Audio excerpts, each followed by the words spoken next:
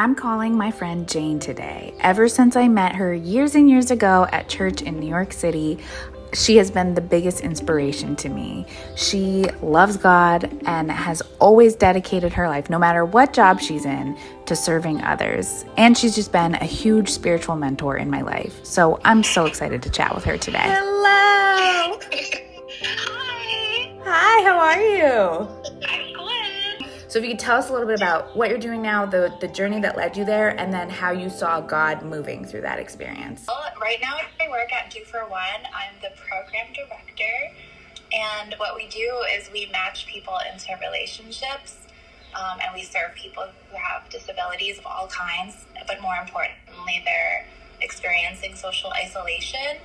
And the way that we define it is people that have a hard time accessing what we call freely given relationships. And so a lot of people with disabilities rely on only paid relationships in their life. So people will have their staff and their therapist and their social worker and their case manager. And people live in all kinds of settings that we serve, like nursing homes and hospitals and group homes. And so you can imagine that their lives are just surrounded by all of these paid relationships, which are needed and good, but we exist because we believe that all people also deserve to have access to freely given relationships and to be chosen to be loved and to know how it feels to have someone that spends time with you, not because they're paid to do it and it's their job, but because they genuinely care for you. Really beautiful work. I see it more as a calling than a job. Yes, definitely. As far as how I got here, I think it was totally the Lord that led me into this. I never thought in a million years that I would be doing this work.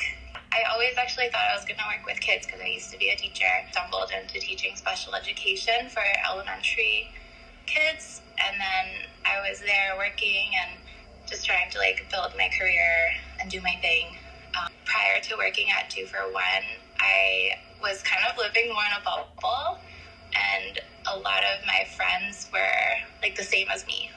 People that all went to college, people that all have jobs and are trying to climb the ladder and gain security and do life in a certain way.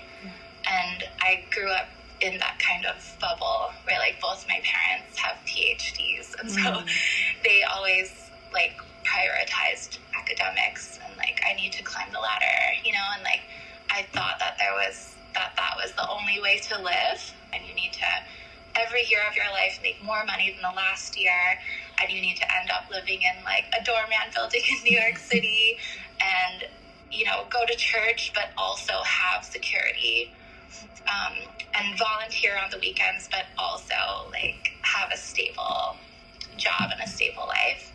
And so that was kind of the bubble I was in, and I did experience a lot of anxiety and comparison, and even jealousy, as I was in my 20s and kind of seeing that, I have these friends that work at Facebook and Google and graduated from Princeton and these really cool, backgrounds, and I honestly felt I couldn't keep up.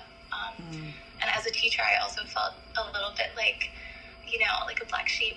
And so I was regretting the way I did my life and thinking I should have taken my career more seriously when I was younger and gone into something more lucrative and whatever. But I realized that there was a part of me that was just not, thriving and trusting the Lord fully. And so when I found 2 for 1, it really changed my life in a lot of ways, because it was probably the first time in my life that I had the opportunity to just befriend people that are living more on the margins, and not just volunteer there and serve at a soup kitchen and then leave after without knowing people's names and their stories and having the chance to build ongoing relationships that are mutual. But that's what 2 for 1 is about. And now I get invited into people's homes and they're invited into mine, and it's honestly brought so much healing to me, healing that I didn't know that I needed, to get to know people and love people and be loved by people that don't live in that one way of living that I thought was the only way to live. I unlearned a lot of the way that I was raised to think, like, this is how I need to do my life and this is how I need to do my career. I don't feel like that anymore. That's amazing. That is amazing.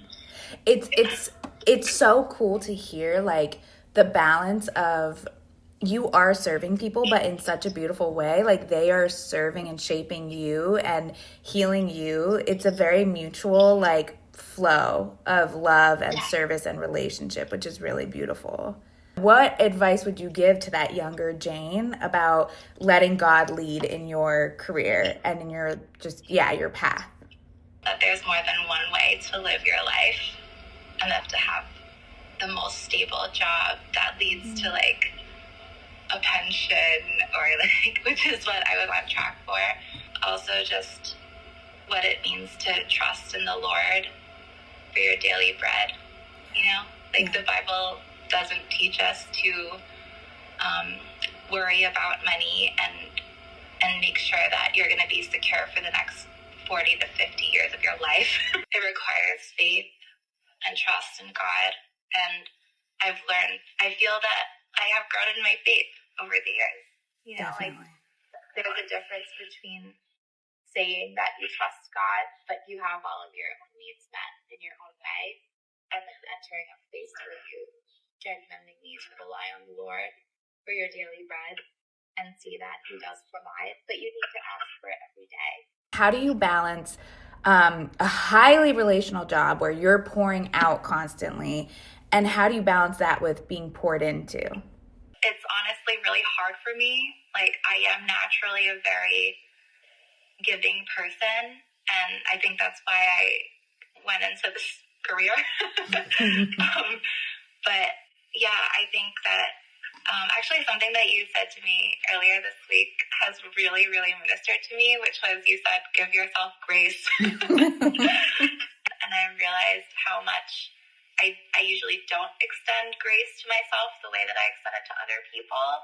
And I think that God is calling me and all of those of us who tend to overextend and tend to give more to others without doing it for ourselves, to give ourselves grace. The greatest commandment, love your neighbor as yourself. Like, naturally, God has wired me that way, I think, to love my neighbor as myself. But it's unnatural for me to do the opposite thing, which is like, love yourself the way you love your neighbor. And I think that is a good message that I need to hear. And maybe there are other people out there that need to hear that too. In Mark 6, and it's like when the disciples had just gone out and done a ton of ministry, and they were so tired and they hadn't eaten all day, and they came back and reported to Jesus like everything they had done. And then Jesus didn't like congratulate them for their work, but instead he was like, come and get away with me so that we can go and rest and eat. Like, you need to rest. Yeah. And I love that. I love that passage, and it's so good for my heart, because it's like, yeah, like there are times that we are called to do work and do it really well with excellence. And then there are times to rest. Some of our clients, actually many of our clients, are in the nonprofit space, and they are doing fundraising for the first time, and it seems super intimidating and they don't even know where to start. So what advice would you give to them? Yeah, to be totally honest, like it's hard. Fundraising is hard, and it puts you in a vulnerable position where you are asking people to do something. You're asking people to give of their own resources, and that can be scary, and that's good. It's okay to admit. But I think that, I find that I need to kind of get into the right, like, headspace and also, like, spiritual place with God in order to be in a healthy place to fundraise. I think that fundraising is very spiritual, and it could be an act of worship if, done from a place of, like, closeness with God. But I do find that if I'm not close with the Lord and, like, spending time with Him in the morning, like at that time that I'm thinking about fundraising, then I'm going to do it from my own like strategizing and efforts, and it's just going to drain me like emotionally and mentally. And I think people can like feel that as well, you know, but I find that when I have spent time with the Lord and just receive from him on a personal level and just remind myself, like, I, Jane, have nothing to prove. Like, I am beloved. I already have everything that I need, you know? Then I can go from a place of fullness and confidence in Christ that, like, yeah, I don't have anything to prove, right?